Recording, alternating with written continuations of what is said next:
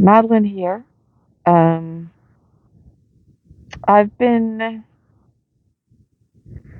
really extra crunchy scared lately.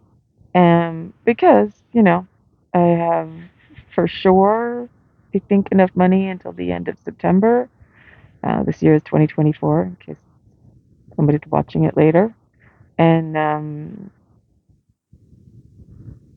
I keep getting no's from reporters, and it was mostly legacy media. And recently, I got a no from a publication that had already vetted and already understood the life and death nature of my situation. And then I think the no is about um, the need for identity protection, and I don't know how to breach this lack of understanding about my disease, um, that puts me at such risk at this level of severity. Um, I think that's part of it. I think that there is not an understanding in general from abled or abled in ways that I am not populations about what a mitochondrial disease means, how truly deadly. I mean, here we have these recent articles, in the UK Guardian, and bless their hearts for doing so many articles on myalgic encephalomyelitis and long viral and long COVID, which are obviously all part of the same disease modality. And there's a recent, I don't remember her last name, but Maeve, a young woman named Maeve, who died due to lack of care, that she literally starved to death. Literally, actually, that's how she died. There was a coroner's inquest, and it's all due to lack of supports. And while the NHS in the UK might be ahead of us in that they have a category of coverage, as long term podcast listeners will know, I consider the current state of affairs of myalgic encephalomyelitis in the UK to be the equivalent of a Birkin bag filled with dirty tissues. It's for show, it's very expensive, and for that expense is not very useful, and is filled mostly with bias. Even though the NICE guidelines, the NICE guidelines, have been changed to remove this disease from the realm of being psychosomatized, and AKA no more, graded exercise therapy. CBT does not, cognitive behavioral therapy does not somehow magically fix this disease. It is an energy production disease. It is a conglomeration of comorbidities more often than not, and that the biggest hallmark, this post-exertion symptom exacerbation, which is still referred to as PENA, not PENA, PEM, post-exertion malaise, and malaise means, afraid of getting sick. This And here in Canada, we don't have an MSP category of coverage, and it's like, so I was thinking again about. It was funny, the other day I was literally thinking, should I go fully public? I mean, the reasons I decided not to were very much encouraged by two specific long-term medical providers, especially after the COVID lockdown, because I fell apart. I mean, so hard. Um, Podcast listeners obviously will have heard me talk about it, but I was waking up in the middle of the night hearing someone crying, and I realized it was me. The pain was so bad. I was taking 8 or 9 attempts to hoist myself upright so I could go use the washroom. I stopped eating because the energy it took to stand, to get something, it just wasn't going to happen. I started keeping like water and energy bars around my bed. And so, like, that's when I was first looking at, putting myself more out into the world. And that combined with, I feel so convinced, although she didn't have a proper diagnosis, as many ME patients don't, Um, that my grandmother died after pushing outside her energy envelope the night before, and she literally dropped dead of a heart attack with the and at 50. I'm 50, whatever I am now, 6, I think. I have to think about it. I have to do the math. Um, so I feel this pressure. I feel this fear. So I thought, well, maybe I should go fully public. And I walk out my door to go down to the mail room, and somebody stops me. I'm like about to get on the elevator. He stops in front of the elevator, so I can't get around him. And he wants to talk to me, and my back is screaming at me, and I feel so sick. And I know it's a mistake to be out in the heat because I don't self regulate my body temperature properly. Thank you, dysautonomia. And I tried to say, look, I just don't have energy to talk. And he got insulted, like actively insulted, and then just kept talking because he said, well, I was trying to give you a compliment, and probably on some of the volunteer work I do, the community work. And then he went on and on about, well, if I ate healthy. I was like, okay. And it's like everything that had been a concern about my building, about my neighborhood, about going to appointments got encapsulated like not even 5 minutes after I was thinking about, like, should I go fully public? Would legacy media really do a story, or is this just pretend? And um I mean, again, in the podcast I've talked about it, but I'm going to talk about it here because I've been ruminating on it again, and because I want to live. I want to live, but I mean, based on experience with volunteer stuff, when I wasn't as sick as I am right now, because I do so much in my neighborhood, um, that there was one year, it's a long story, but I won't go into, but there was one year in which there were just so many turnover of people and situations that I ended up like having, I think, about 150 conversations with 300 people in the space of 3 months, because conversation costs energy. And that's something that able people and people with different kinds of diseases just don't understand. It's a bit foreign. If you don't have the same kind of mitochondrial distress going on. And half my hair fell out, and I was pretty much bedridden for 4 months. And I wasn't anywhere near sick as, and I never bounced back to where I was before then. And this is before I stopped walking. This is before I avalanche deteriorated. And so just that one interaction, when I just sort of like was seriously thinking about it, but it was just like, holy crap. Okay, universe. Well, if that's the case, then something else has to come through, and then I get another no. Get another no.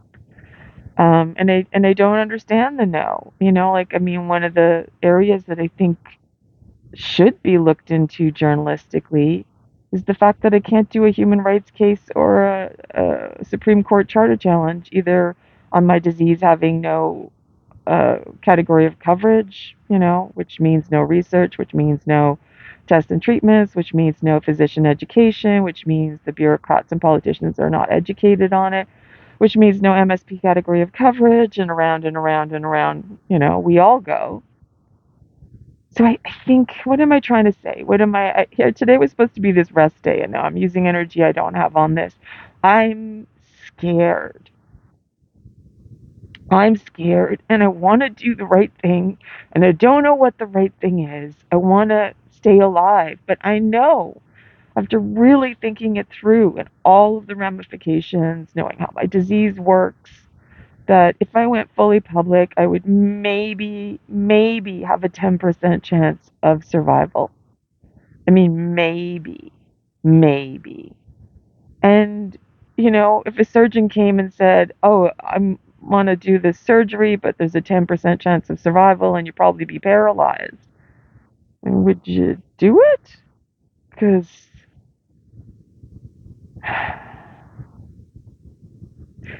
and that kind of death, with that constant, like, people wanting to talk to me and say well meaning things, and I have to, what, be rude?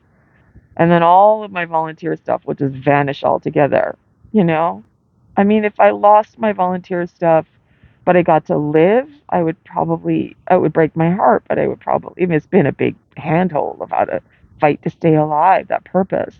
But if that community work went away, but I got to live, but it's like it would go away and I would be hemorrhaging energy and I wouldn't get to live because, I mean, the 10% chance probability of survival, like, that's not so good. So I know it's the right decision for survival, but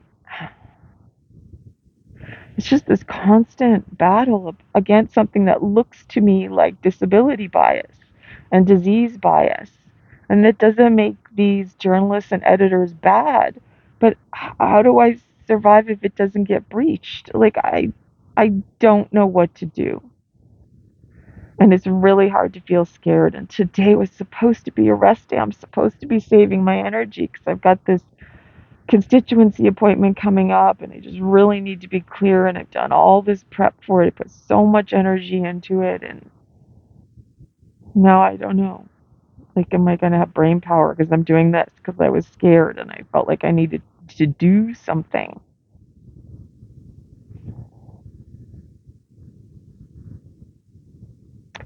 I, and to recently have, and I've talked about it in the podcast, but it's this, there's no doctor who would suggest something that has a 10% chance of survival when there's other options that would give you dramatically higher chances of survival, like not going public. Um, and I was thinking about that neurologist when I was talking about the support that he was, oh, go to this like vertigo clinic, which is not what I have, but anyway, that's a whole other. You can listen to that episode if you're interested. Um, but it's like holy cow, when he said like, oh, that's between you and the government, when I finally just said, like, well, it's $23. Like, it's not actual coverage for this thing that I didn't say to him, but I thought to myself is not actually a thing. But how is it between me and the government? You're the one proposing a thing. Why aren't you talking to them? But with ME, I can't even say that because there's literally two specialists. There's two internists who really specialize in it. Without an MSB category of coverage, there's no education for GPs and nurse practitioners to be tackling it. There's no access to the primary support, which should be, you know, housekeeping and laundry supports. So it's like, I don't know. I'm scared. I'm scared.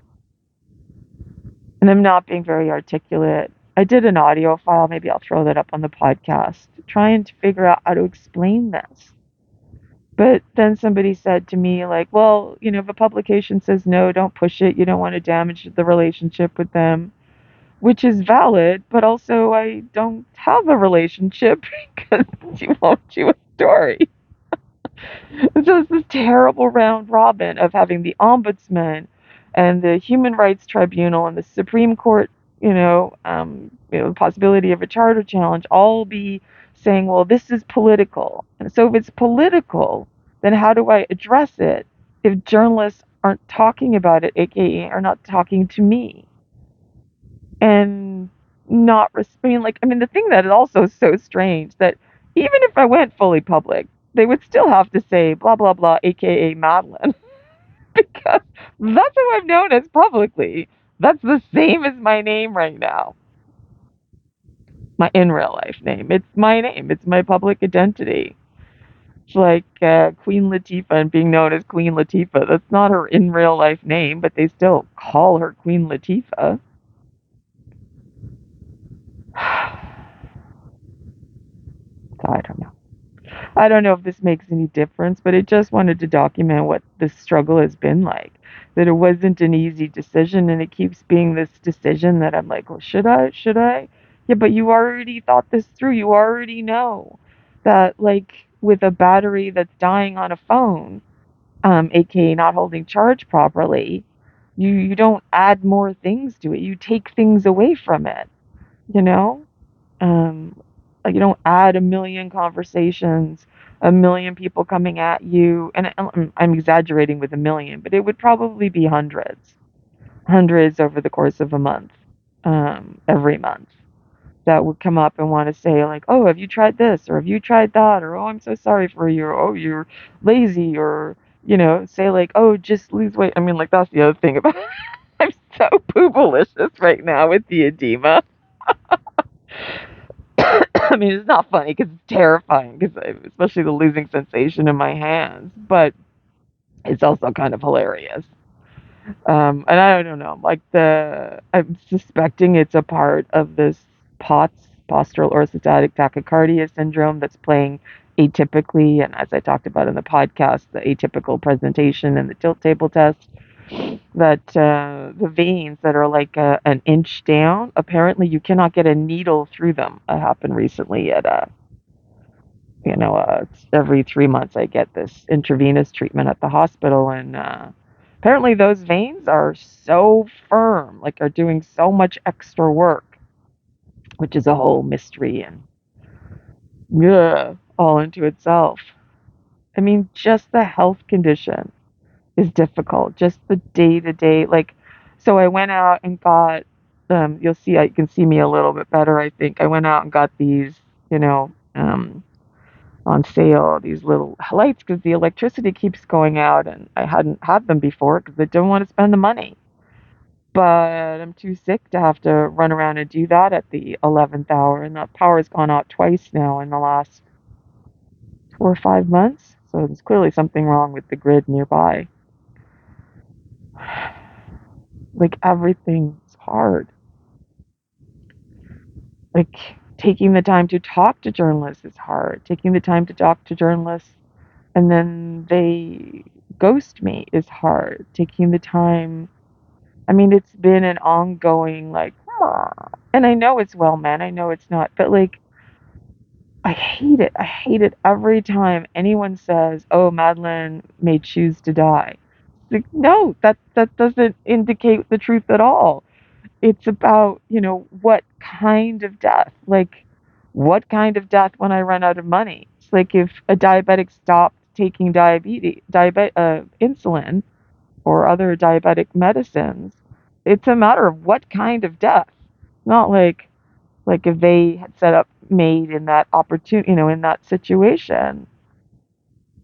I don't know. I'm just jabbering on now. I just wanted to do something. Thought it might make me feel better, but it does not really. I feel like I'm in this impossible situation. I mean, if I won the lottery tomorrow, I still couldn't go fully public until I recovered. If I went fully public and the GoFundMe got like $10 million, it would still most likely kill me. You see? I don't know if I'm explaining that well, but like that need to conserve the equivalent of the phone battery that won't hold the charge properly, and the more you stress it, the smaller it gets.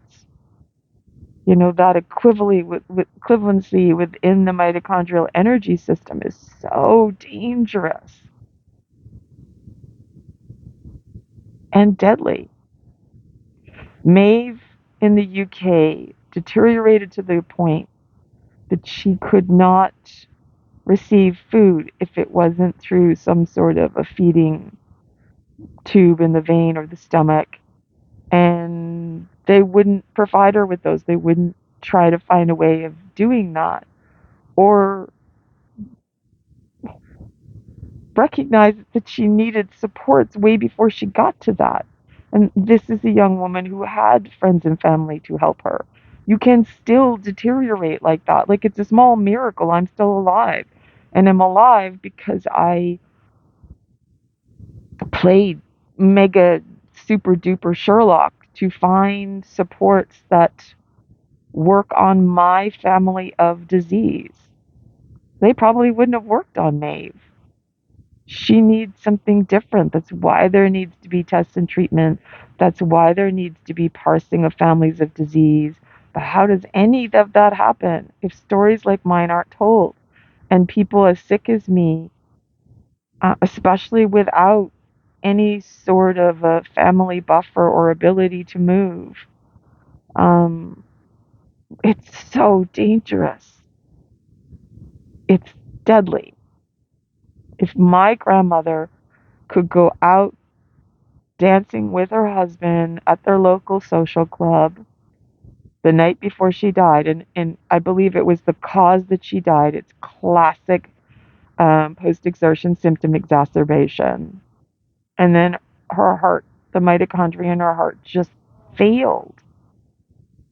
That is an avenue of ME death. Starvation is an avenue of ME death. You can't move or speak or eat. You know, my veins are already a hot mess. They couldn't put in a feeding tube. Um, I get infected and cuts in 3 hours. How are they doing that? You know, no workarounds have been discovered because you really need supports way before you get to that.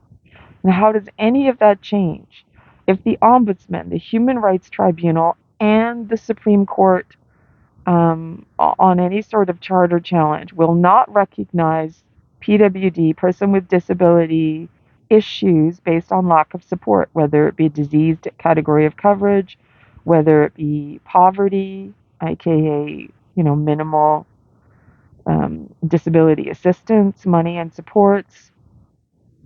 None of those they recognize. And their view, from what I've been told by the lawyers who looked into it, and especially in regards to the Human Rights Tribunal and the Supreme Court Charter Challenge, is that these are not things that afflict everyone, ergo, it's not under their auspice. And that is just the height of disability bias because everyone's going to become disabled. The amount of people who die before becoming disabled, at if you reach, an elder status, is probably the equivalent of the amount of people who win gold medals at the Olympics ever. You know, it's very tiny, very tiny. If you wear glasses, dude, you have a disability. You have an accessibility device that allows you to function. It costs you money. Depending on the complexity of the eye problem, it can cost you a lot of money. The lack of understanding of that is disability bias. So I don't know.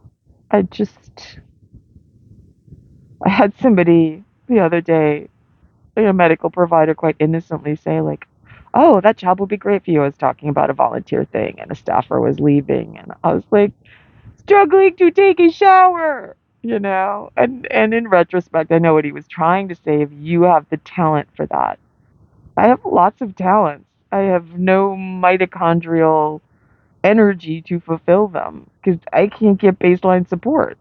I have found supports that would support me enough, even at this measure of deterioration.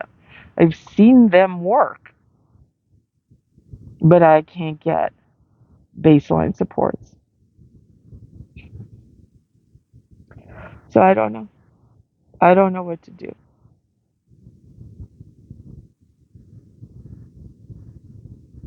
I'm scared.